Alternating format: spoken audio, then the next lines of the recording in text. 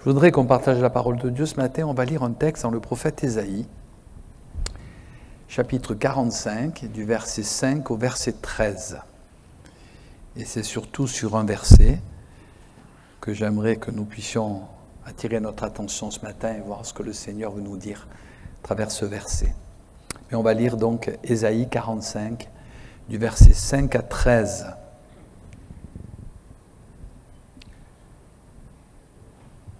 Je suis l'Éternel, et il n'y en a point d'autre.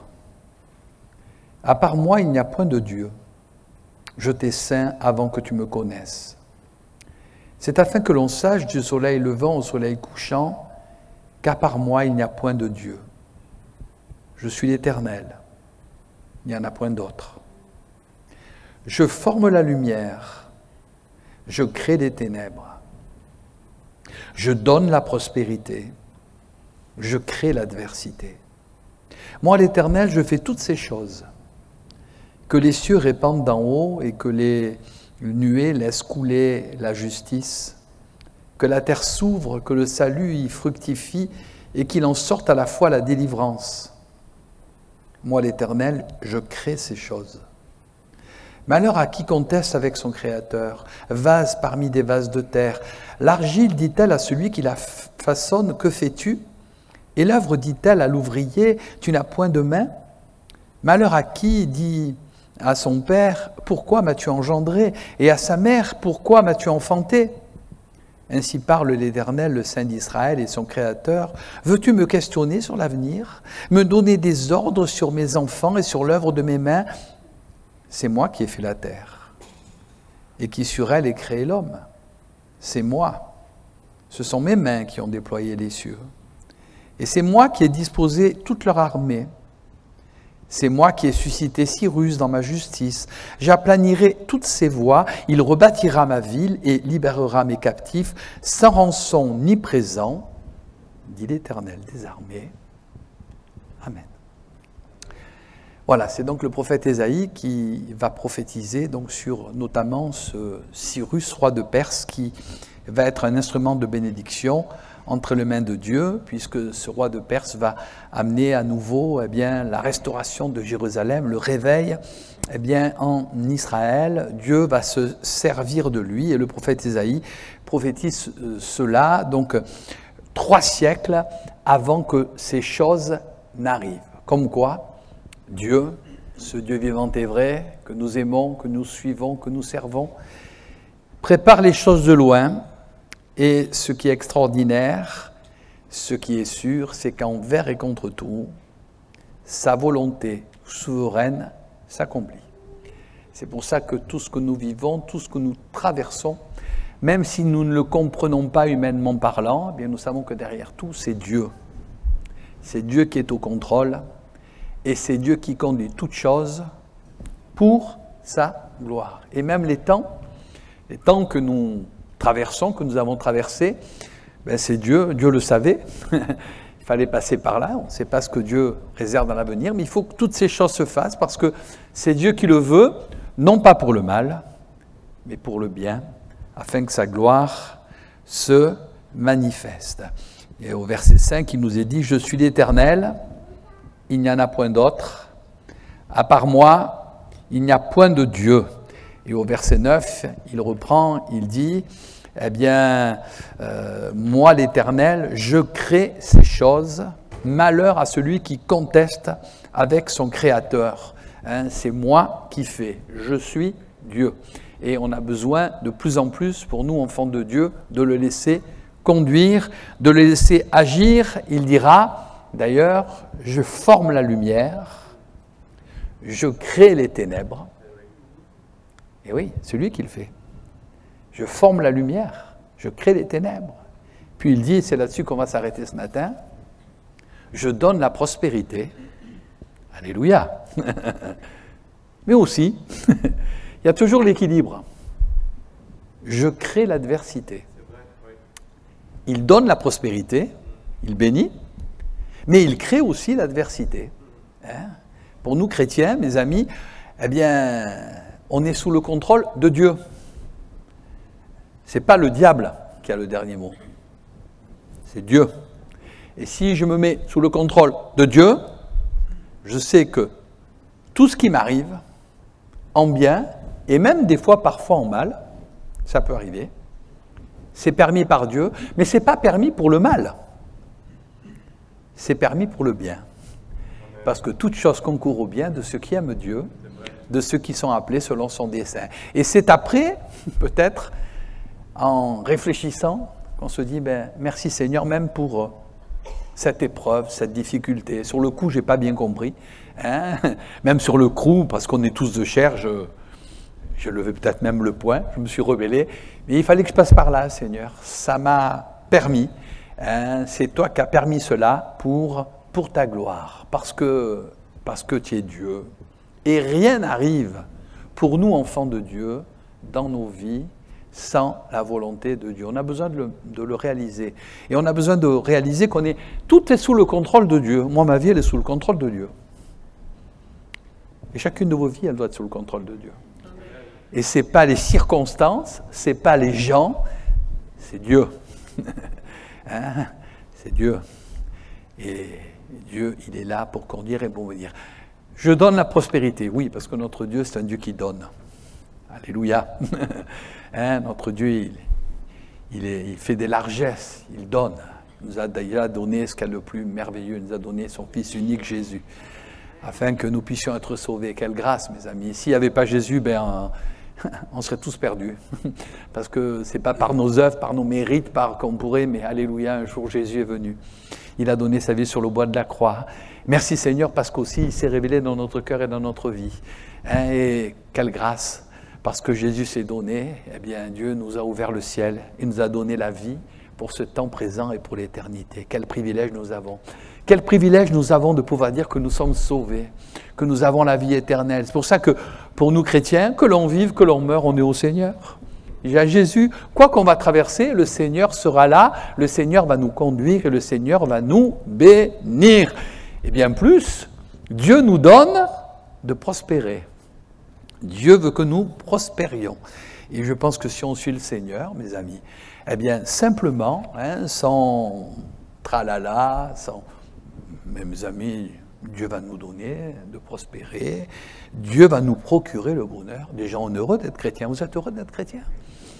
Alors si vous n'êtes pas heureux d'être chrétien, mais il n'y a rien de plus triste qu'un chrétien triste. Moi je suis heureux, quelle grâce, il y a Jésus, le Seigneur est là, et puis le Seigneur me bénit. Si je marche simplement avec lui, eh bien ce bonheur, cette joie, il est là envers et contre tout, malgré les circonstances. Hein. D'ailleurs on voit, il y a bien des gens même qui disent, on est passé par des moments difficiles, mais même dans ces moments-là, il y avait la paix de Dieu. On ne peut pas expliquer. On était presque, même les gens qui n'ont pas le Seigneur, ils ne peuvent pas le comprendre. Ils disent, non, mais il y a la grâce de Dieu. Et puis, c'est Dieu qui conduit toutes choses. On a cette grâce du Seigneur qui est sur nous.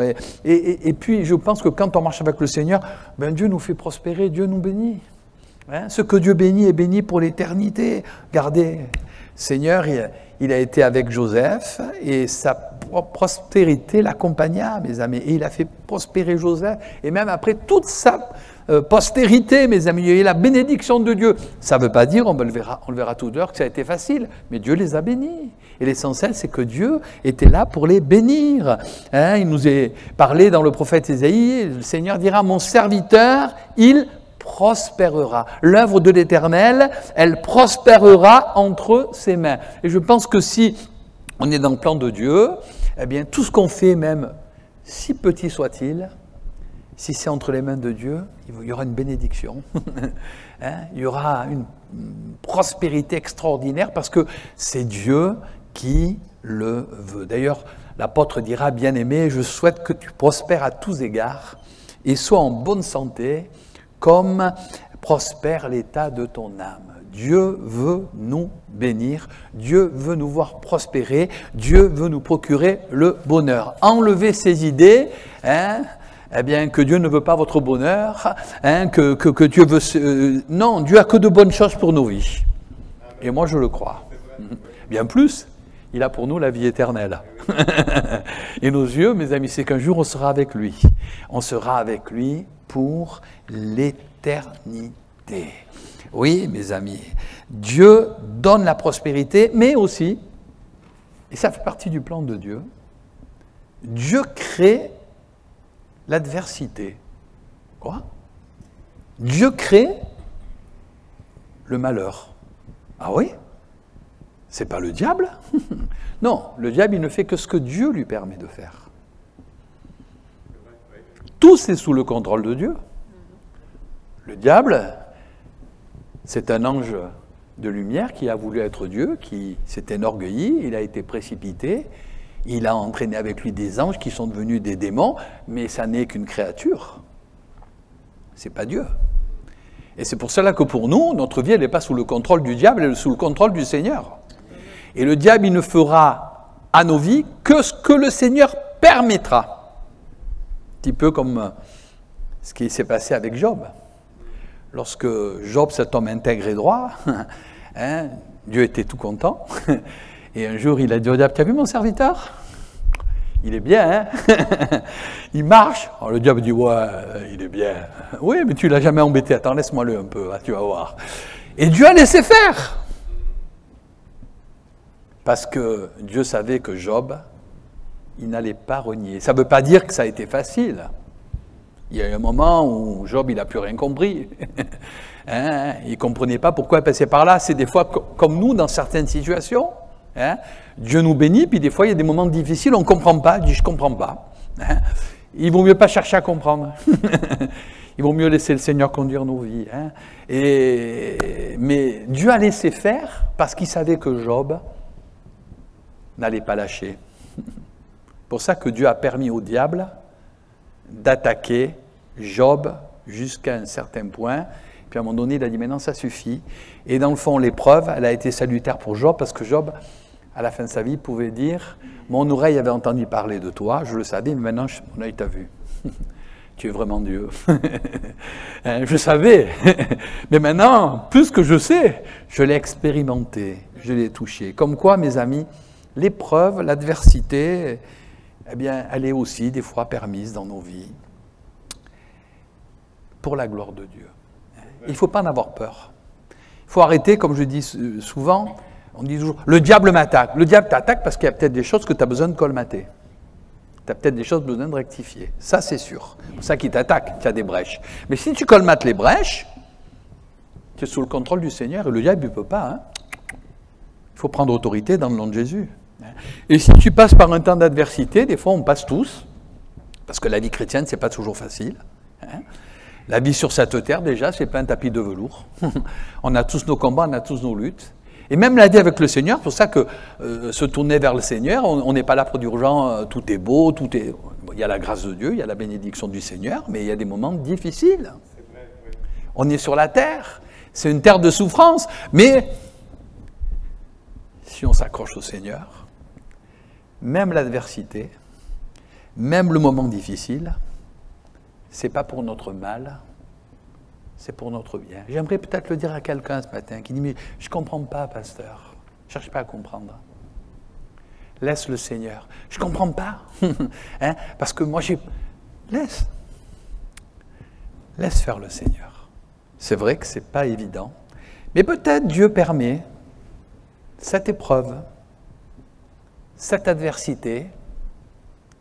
Déjà, il ne le permet pas pour le mal, il le permet pour ton bien. Mais peut-être qu'il le permet aussi pour que tu te remettes en question,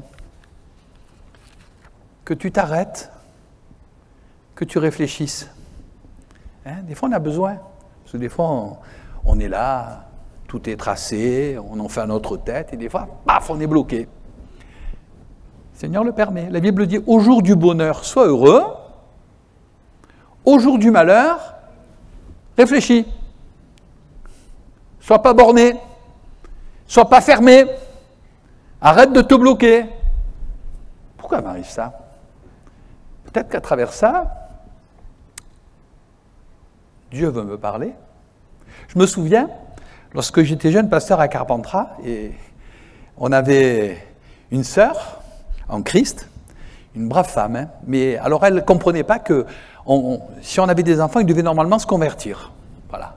Hein, les enfants chrétiens qui partaient dans le monde qui n'étaient pas convertis avaient un problème.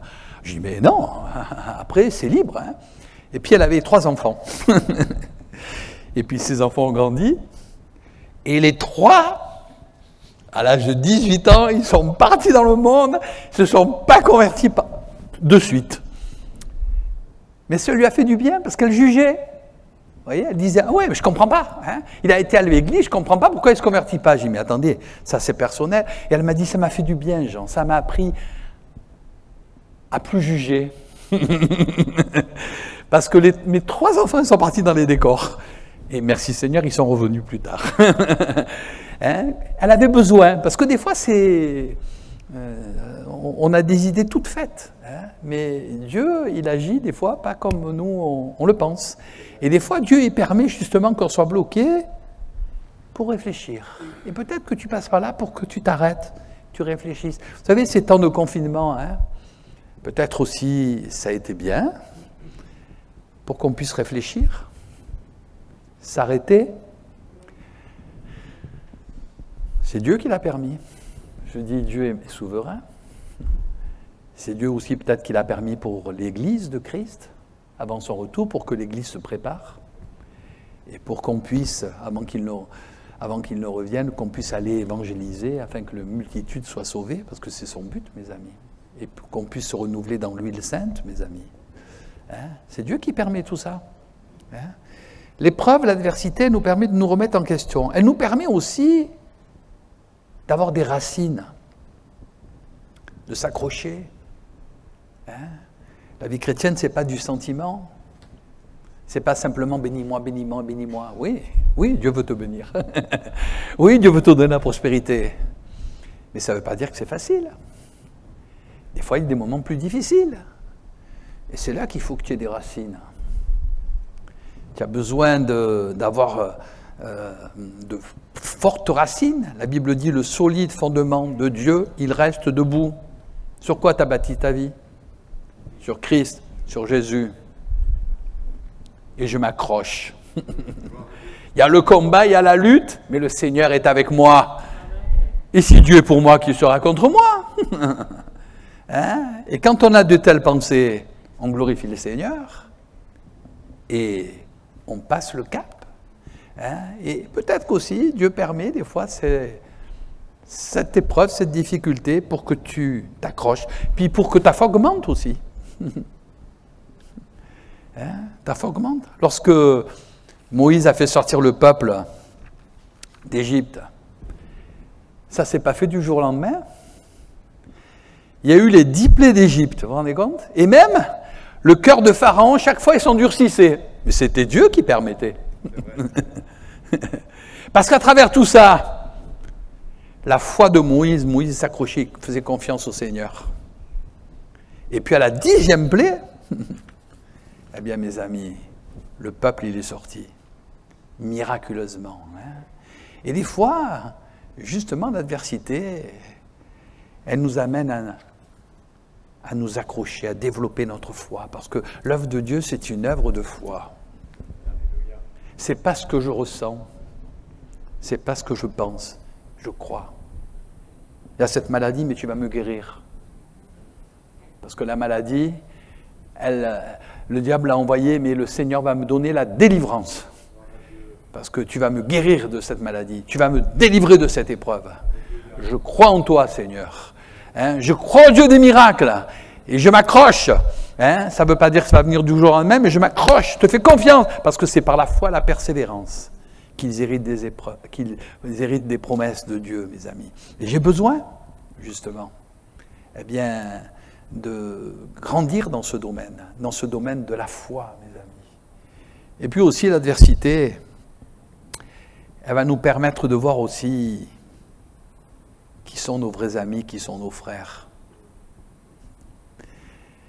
L'ami aime en tout temps, et dans le malheur, il se montre comme un frère. Vous savez, quand tout va bien, vous avez des tas de gens autour de vous. C'est pas vrai? Ben oui. Hein, si vous appelez, hop. Ouais.